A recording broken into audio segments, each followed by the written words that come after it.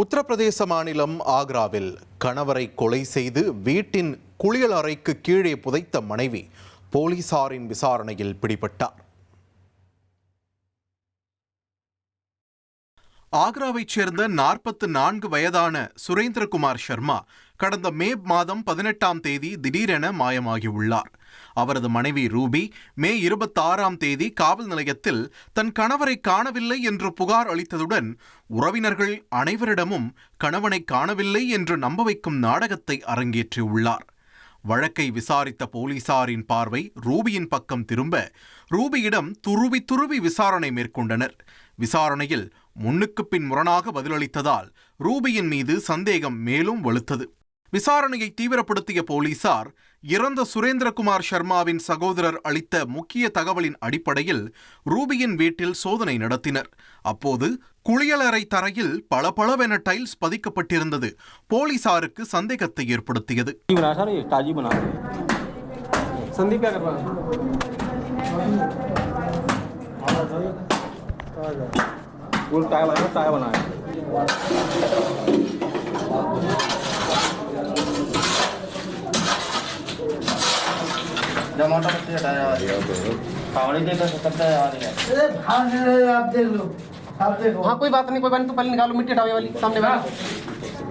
உடனடியாக ஆக்ஷனில் இறங்கிய போலீசார் அந்த இடத்தை தோண்டினர். டைல்ஸ்களுக்கு கீழே புதைக்கப்பட்டிருந்த சுரேந்திரகுமாரை அழுகிய நிலையில் கண்டதும் அனைவரும் அதிர்ச்சி அடைந்தனர்.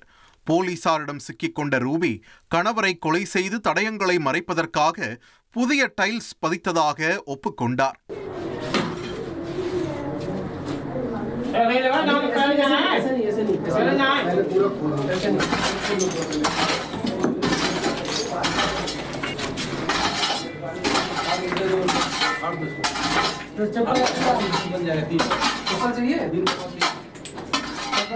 கணவனை கொன்று புதைத்துவிட்டு நாடகமாடிய மனைவியை போலீசார் கைது செய்து சிறையில் அடைத்தனர். விசாரணையில் சுரேந்திரகுமார் சர்மாவுக்கு மது அருந்தும் பழக்கம் இருந்ததாகவும் அதனால் தம்பதியரிடையே அடிக்கடி தகராறு ஏற்பட்டதாகவும் அதன் தொடர்ச்சியாக இந்த கொலை நடந்திருக்கலாம் என்றும் தெரிவித்துள்ளார். இனி செல்லும் இடமெல்லாம் செய்தி. தந்தி டிவியின் வாட்ஸ்அப் சேனலை ஃபாலோ பண்ணினா செல்லருக்கும் இடமெல்லாம் செய்தி. இதோ QR கோட் இப்பவே ஸ்கேன் பண்ணுங்க, ஃபாலோ பண்ணுங்க.